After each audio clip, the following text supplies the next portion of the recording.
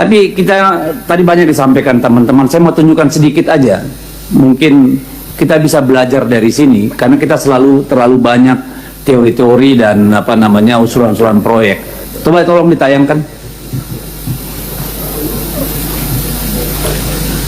Triliun buat bikin eKTP, ada chipnya, ada biometriknya, tapi fungsinya apa sampai hari ini? Di fotokopi. Sementara Malaysia pakai kartu yang sama, namanya MyCard, tapi buat ngatur subsidi BBM. Rakyat Malaysia tinggal tap MyCard di pom bensin, sistemnya langsung cek identitas, ngecek kuotanya, dan kasih harga subsidinya otomatis. RON 95 harganya cuma 1,99 ringgit per liter, sekitar 7.200. Nggak perlu antri, nggak perlu surat keterangan, nggak perlu aplikasi, nggak perlu fotokopi KTP, nggak perlu daftar. Sistemnya simple, MyCard masuk ke reader, connect ke database pemerintah, verifikasi dalam hitungan detik. Tiap warga dapat kuota 200 liter per bulan. Kalau kita lewat kuotanya, kita bayar harga biasa. Gak ada yang bisa menyalahgunakan. Bahkan kalau ketahuan curang, kuota kalian di MyCard itu langsung diblokir. Gak bisa ngisi BBM subsidi lagi. Buat kendaraan logistik di Malaysia, mereka punya fleet card, kuota diesel digital per perusahaan. Hasilnya pemerintah Malaysia hemat 600 juta ringgit per bulan. Penjualan diesel bersubsidi turun 30%. Penyelundupan langsung kedeteksi. Sekarang kita balik ke Indonesia. iKTP kita itu punya chip NFC, punya data biometrik. Teknologinya sama kayak MyCard di Malaysia. Tapi kita pakai buat apa? Fotokopi buat buka rekening, fotokopi buat daftar SIM, fotokopi buat daftar BPJS. Padahal chipnya bisa dipakai langsung loh itu loh. 12,4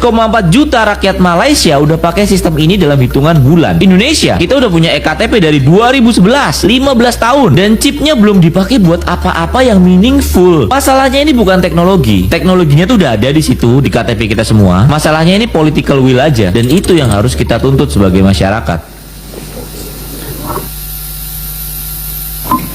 Mungkin kita harus merenung sedikit lah. Kapan sih kita belajar?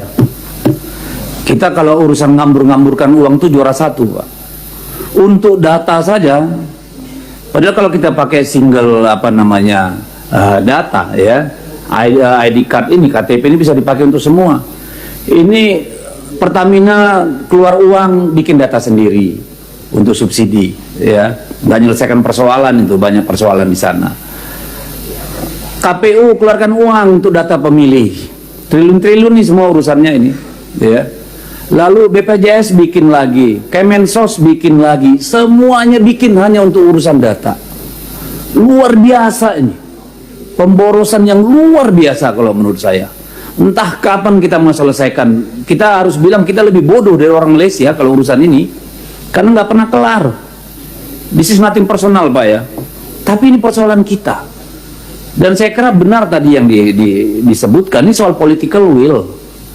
Apakah revisi undang-undang Adminduk ini memang akan membantu kita menyelesaikan, mengintegrasikan data itu keseluruhannya?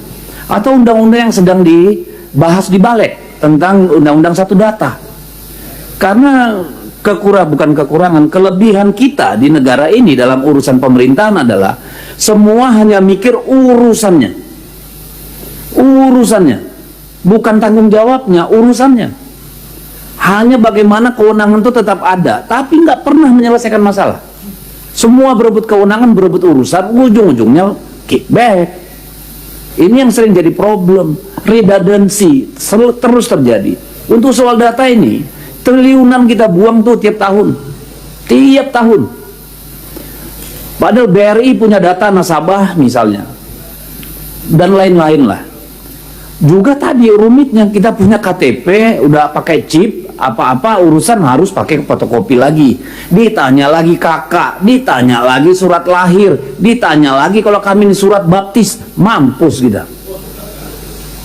Lalu buat apa kita udah ada ujungnya? Ketika kita hilang KTP, diminta itu semua lagi.